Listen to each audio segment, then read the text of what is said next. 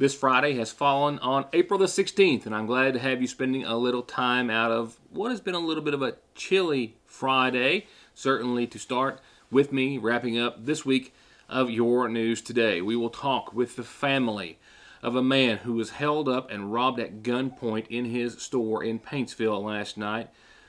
Video completely documents the crime and the strange sequence of events that followed.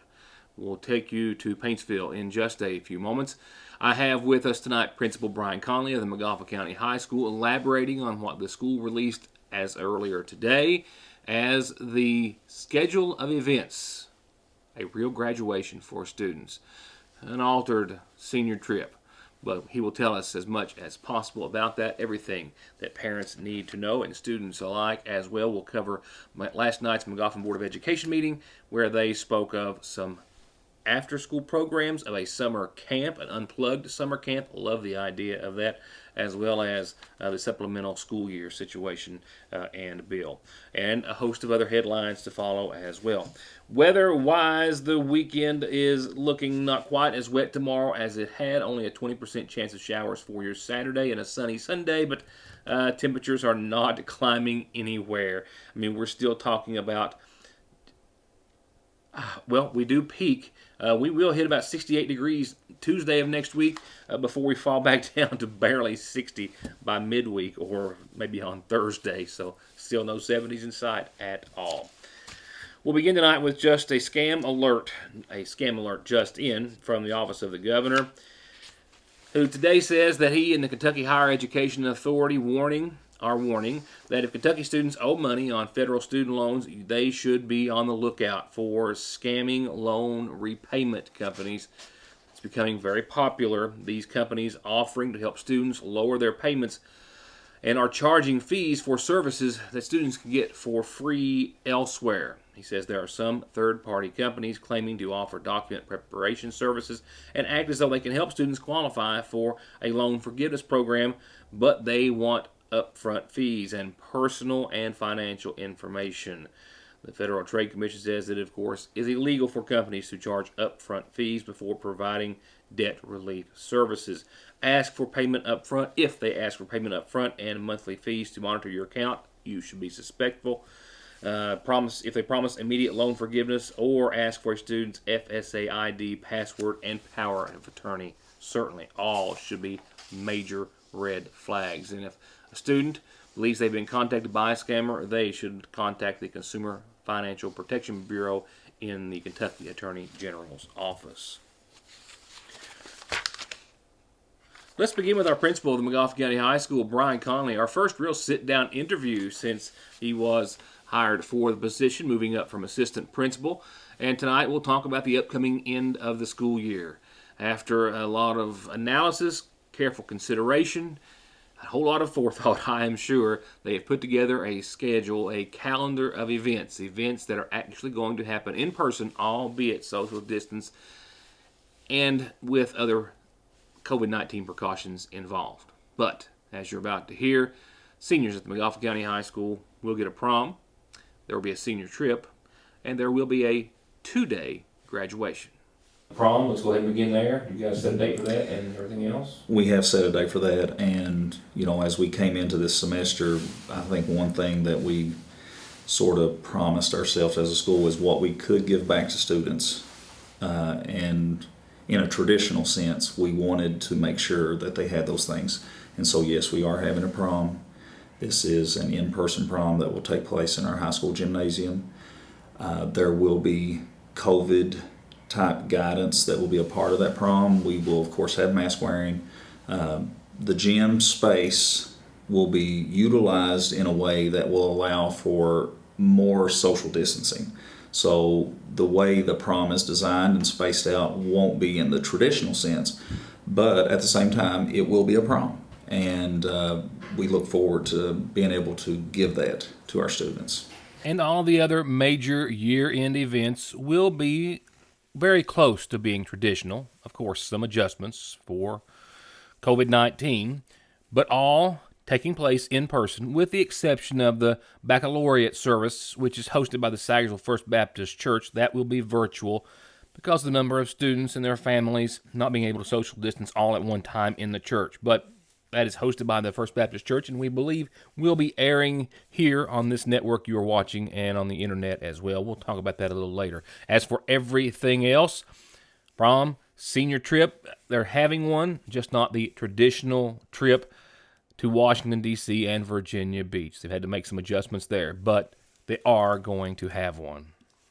Yes, and we waited to the last minute to cancel that. That was done, of course, with the heart of our school. That was a heavy moment for us, a heavy heart.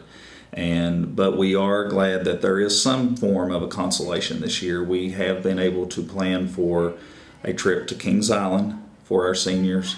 That will take place on Saturday, May 22nd, which we will kick off that morning for all of our seniors. That is in person and virtual, with a good hearty senior breakfast. We'll get on the road, and we look forward to hopefully what will be a great day at Kings Island.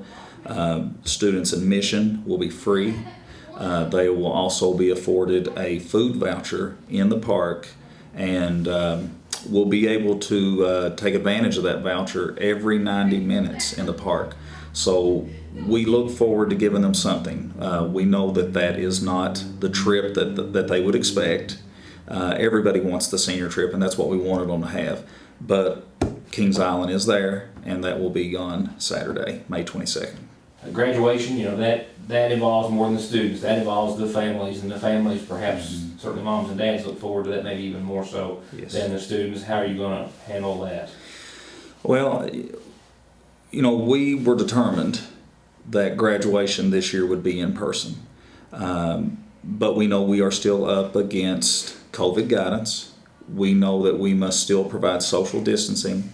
So what we have decided is that graduation, the ceremony, would be 2 nights. We would be dividing the class.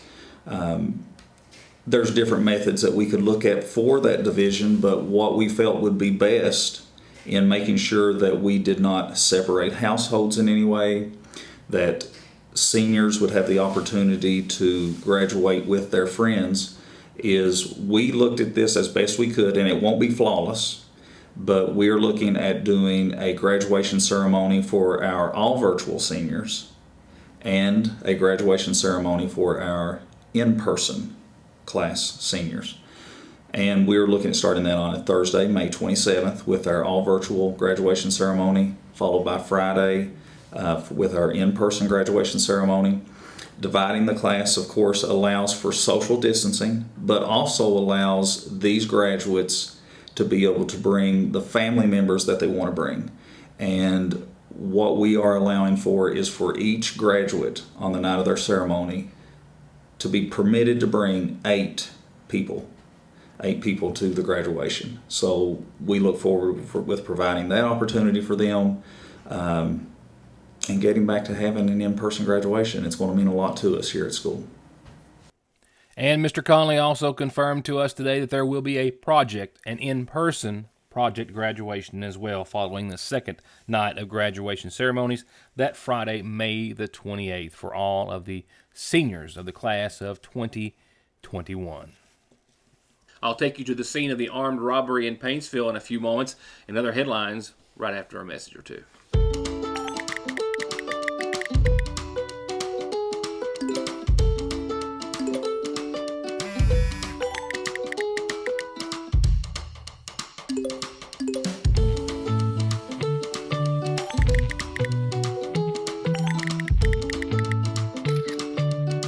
With the power to bring us together even when we're far apart, we keep families connected. We are you. We are Appalachian Wireless. Always the time for new beginnings and redecorating, or at least adding a few new favorite pieces to your home decor. And the Seasonal Shop has just finished resetting their entire home decor section with all new merchandise. It's all there. Classic favorites, new trends, and the unusual pieces that can set your decor apart from everyone else. Farmhouse, timeless blue and white pottery, natural woods, beaded accents, bohemian, bees, lemons, copper, white pottery, and equestrian. It's all there. And it's all there with local delivery, layaway, and curbside pickup. It's the only place like it. the Seasonal Shop in downtown Sagersville. All Pro, and you'll always get a perfectly finished project backed by decades of experience and thousands of satisfied customers. Always with the best prices on everything from small to large remodels, bathrooms to kitchens to entire homes, or turnkey new construction on everything from garages, homes to retail space. And seamless gutters too. And All Pro still offers 0% financing for up to 18 months and long-term low interest rates on those big projects. For an estimate, call this family-owned business today. I'm gathering one more detail or two that I want to add to the upcoming report on the armed robbery last night in Paintsville. So let's go now to the McGoffin County Board of Education meeting from last evening, where they discussed, as I told you on last night, that they were planning to do the supplemental school year program. Superintendent of Schools Scott Helton also talking about an after-school program and an unplugged summer camp. I spoke of pretty good length last night, and we have off and on, of course, since the governor signed it into law, the Senate bill, which of course gives every student, grades K through 12 across Kentucky, the option of essentially redoing their school year because of curriculum that they may have missed due to the pandemic.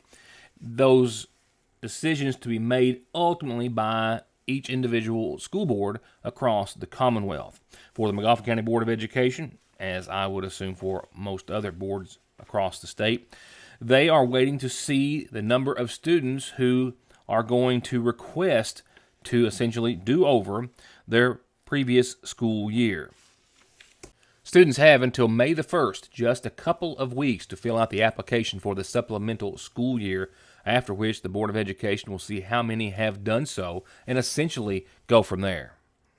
And once they get the numbers, May 1st is that deadline, then I will come back to the board and tell you the numbers that we have, and we'll talk about what the school's policies on how they're looking to do that. And during the main board meeting, we will approve whether we want to participate in this or not. It's up to the board whether you actually participate or not. Right now, we have to give them to see what the interest level is, and we're trying to gather that information starting tomorrow, how many students would be interested in this. And then, once we gather that, then you come back, and your June 1st is your deadline to approve, and then by June 16th, you have to have your policy in place as far as supplemental school year. That's a biggie right now. It's on everybody's topics, and it's pretty much all you hear talked about. And I understand parents' concerns. And some people are going to mistake this year as a year for sports, but a lot of parents are concerned about their children losing out academically, and I understand. But like I said, the elementary, they have a right anyway to repeat. In middle school, you can repeat and take the year over, but this bill really gets into the high school a little more in depth. It's a little tricky there. Some of the other things that we've been working on, I want to go over with you, is an after-school program that the high school has basically been doing it now. This is the second week, right? Yeah. And he's been averaging somewhere around 20, 25, 26 kids. That's pretty good. It's set up on Tuesdays and Thursdays for students to recover some of the academic loss that they've experienced over this past year. And we're getting some participation, and that's good. We're getting ready to open up at the elementary and middle school next week. I'm going to provide transportation for those kids that want transportation. We're going to do an after-school meal for them, but we're going to do it from 3 to 5. And we've had to change the date starting next week. Mr. Meadows has got some PD scheduled for our summer camp that we'll talk about in just a minute on Thursday nights for 4 weeks. So we're going to do Tuesday and Wednesday nights, 3 to 5. At the elementary, middle, and the high school, we'll have to change as well because of busing. That'll be the case there. And hopefully by the end of May, we're ready to go with our summer camp. And our camp, we're calling it Unplugged. And one of the reasons why we're talking about it being an unplugged camp, it will be one of the opportunities that kids can come face to face and get some hands-on activities that doesn't involve a computer or a laptop or an iPad. It'll be more traditional reading books, handwriting skills, math skills. Those are things we're trying to get across over the next those 2 weeks of the summer camp. A Johnson County man was unable to return to work today after understandably being shaken physically and otherwise, we can only imagine, by a person who came into this Shell Mart in Johnson County, robbing him, a customer nonetheless. It happened at the Shell Mart on 321 in Paintsville, close to the city pool, be my closest point of reference, where a woman walked in last night and pulled a gun. A regular customer, no less, often befriended by the owners and employees since she's been coming into the store, which is quite often and has been for quite some time. Last night, coming in to get cigarettes at the Shell, but instead of exchanging niceties while getting her smokes and change, she pulled a semi-automatic handgun on the cashier. My dad, Danny Ines Patel, gave her cigarettes and charged her and gave her money back. Then she pulled out a gun on him and told him that, give me all the money. And then he just raised his hand up and opened the drawers. And then she jumped on top of the counter and she took all the money and then she went outside. Outside, with her cigarettes, her change, and $290 she took from the register after climbing across the counter and helping herself to what was left in the drawer. The suspect immediately recognized and known as LaVonna Collins, and after she grabbed the cash, she leaves the store and doesn't go far. She actually leaves her gun on the counter, realizes it, comes back in and gets the gun, and then goes out. Walks out the door, video shows here, walks over to the edge of the parking lot, stands only for a few seconds, and then walks across the parking lot and sits down at a picnic table casually and calmly and starts to count her money until Good Samaritans got involved. And she was sitting outside on the counter and she was counting the money. And then one of my regular customers, Dwayne Howard, he was standing outside, and there was customers inside the stores as well. They were afraid, and then as soon as she walked out, they went outside and told Dwayne Howard that we got robbed. And then Dwayne Howard went outside and took the gun from her and put it down, put it on the wall. And then they called the police. Here's the rest of the video that Cash described. You can see Mr. Howard there, walking slowly against the wall, putting down his drink, and then approaching the suspect, and then getting the gun away from her, and then holding her till authorities arrived, which was just a few seconds later. Then I believe it was the Paintsville PD and law enforcement arrived on the scene. The suspect really never attempting to go anywhere, which offers a lot of questions, needless to say. But nevertheless, an armed robbery in which a semi-automatic handgun was pulled on a store owner with members of his family and his community inside and outside the store. And my dad also called the police, and then Sanket Patel and Gage Patel was in the back, and they were afraid to come out too. And then when the police arrived, then my dad had almost panic attack and close to a heart attack. But he's getting better, and we just hope that he gets better and doesn't affect his brain or his body. 33-year-old LaVonna Collins was taken to the Big Sandy, so far facing a single count of robbery in the first degree, while the Paintsville Police Department continues their investigation. And his staff at Parkway Pharmacy are proud to announce the newest member of their team, and yours, pharmacist Dustin Jones, who's actually the grandson of Janet and the late Paul Jones of Dixie in Salyersville. And his addition of over 12 years of experience in inpatient and outpatient services gives you unmatched availability and care when it comes to your health and medication. Parkway Pharmacy, where you can always talk to a pharmacist when you need one.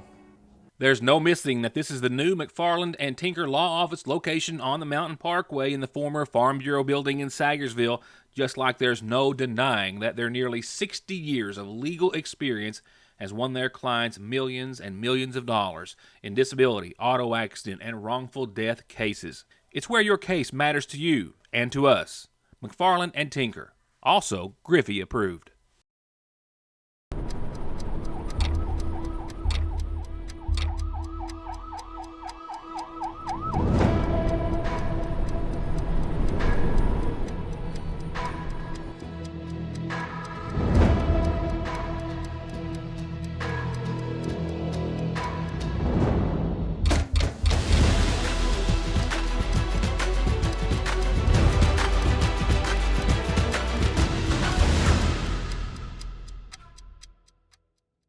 Get absolutely every mile you can out of the season with great deals right now at Conley Tire in Staffordsville. Get up to $70 back on a set of new Coopers or new Hancooks, up to $120 back on new Michelins, up to $150 on new Goodyears, where you can keep your stimulus money and drive safe with 6 months no interest. At Conley Tire in Staffordsville and at conleytire.net. TracFone has brand new deals, brand new plans, and a brand new line of phones, and Fraser's Prater Drugstore has them all, like iPhone 6S's prepaid for only $114.99. We dare you to find it anywhere any cheaper. Yes, $114.99. So stay connected, stay in touch with major savings on all new TracFone plans and devices at Sagersville's Fraser's Prater Drugstore. Up next, a quick update on tonight's McGoffin Farm Bureau sponsored community calendar from our friend Mandy Adair. A reminder that the Victorious Faith Church of Prestonsburg is distributing Farmers to Families food boxes, and this includes McGoffin County, every Tuesday from 10:30 till noon. No income requirements, no paperwork. Simply show up and get a box of fresh produce, liquid milk, dairy products, and meat. First come, first serve. 1 box per family. It's at 114 Rising Sun Lane in Prestonsburg. I'll remind you a few times next week as well. Next week, we'll begin the spring cleanup campaign, the countywide cleanup campaign for residents in Magisterial District 2. And the next week will be an off week. They'll make sure they got everyone in District 2, and then May the 3rd through the 7th, they'll hit District 3. Call the judge's office if you have any questions. And a reminder, the Sagersville City-wide cleanup campaign runs throughout the entire length of the county campaign. So making it pretty easy on everyone to get those items to the curb or picked up and taken to the dump.